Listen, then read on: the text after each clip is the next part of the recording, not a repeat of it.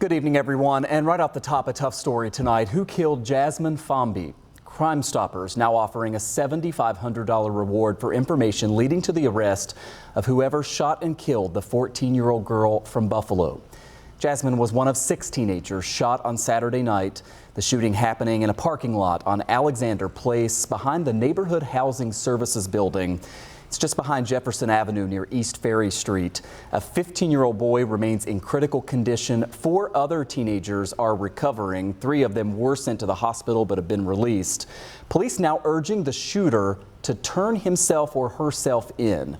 And Buffalo police are not the only ones asking for the shooter to surrender. Joining me live here tonight are Lenny Lane, president of the Fathers Group, and Pastor James Giles, president of Back to Basics Outreach Ministries. Thanks to both of you.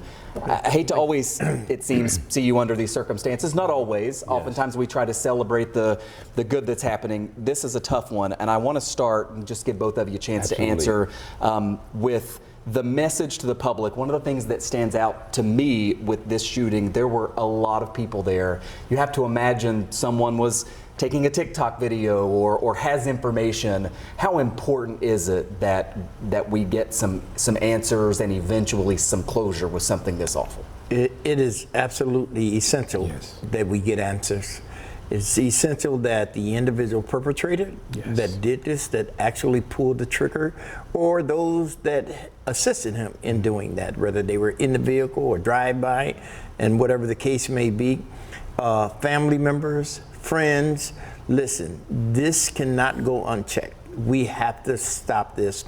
And the only way we're going to be able to do that is this individual come forth and present himself and confess. This individual is somehow pointed out so that law enforcement will do what they're required to do, so that justice can be brought to the families that have been impacted and the community that has been impacted so devastatingly. Lenny? Yes, and you know, just piggybacking off of what Pastor Giles has said, you know, the sooner the better. The family want to put this behind them. You know, right now the families are grieving, the families are heartbroken. You know, and our condolence goes out to the family and to the community and to all of the other children that was there. So we all are traumatized by this event, and we want to let those perpetrators know. This is the time to turn themselves in. I mean, you know, a lot of times if you're big enough to pull that trigger, and then you need to be, you know, just as bold enough and big enough to turn yourself in and confess and say, yes, I did, and it was me. So we are heartbroken today, and our love goes out to the family and to the community. Absolutely. Speaking of the community, I mean, when you look over the years, I mean, this is one of the largest mass shootings in our city's history, with 6 young people shot. Yes, absolutely. You mentioned sort of, you know, coping with this and the trauma that goes along with it.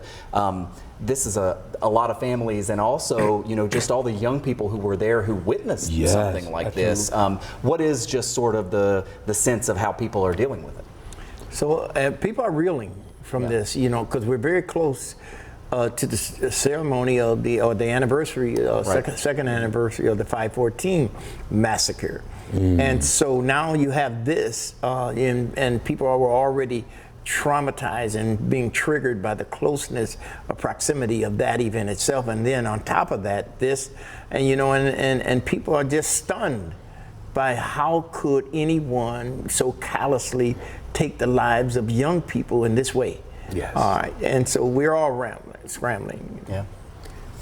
Let me end here, but just asking both of you, Lynn, if you can go first. Tell me about the work that your group is doing in the context of what we're discussing here, but also bigger picture. You're always working to end the violence, and we've talked about, you know, homicides are down substantially in our community. I know we're all thankful for that, but it's hard to celebrate that after what happened this week. Absolutely, it's hard to celebrate, you know, what, you know, we've been doing in the community, and we've both been out here for 25 years, boots on the ground.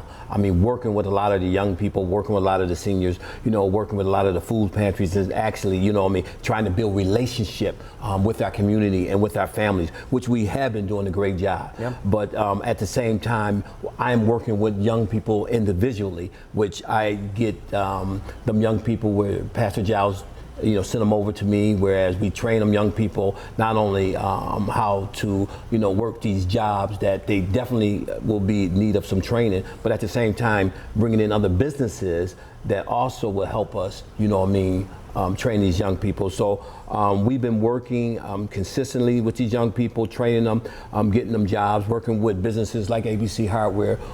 In the next few weeks, we will be, training our young people how to work and how to clean, and the nomenclature of different tools that they will be working with. So we has been on the front lines doing this type of work for some time, and we hope to bring in young people and get them trained so that we can keep them off the street, because that's where it starts. The old slogan says, nothing stop a bullet like a job. That's right. So important. I have about 30 seconds left. Tell me about the work your group is doing and what you have coming up. Well, we are steadfastly being in places and spaces to prevent violence, and we are a deterrent to violence because we are so well known in the community for that.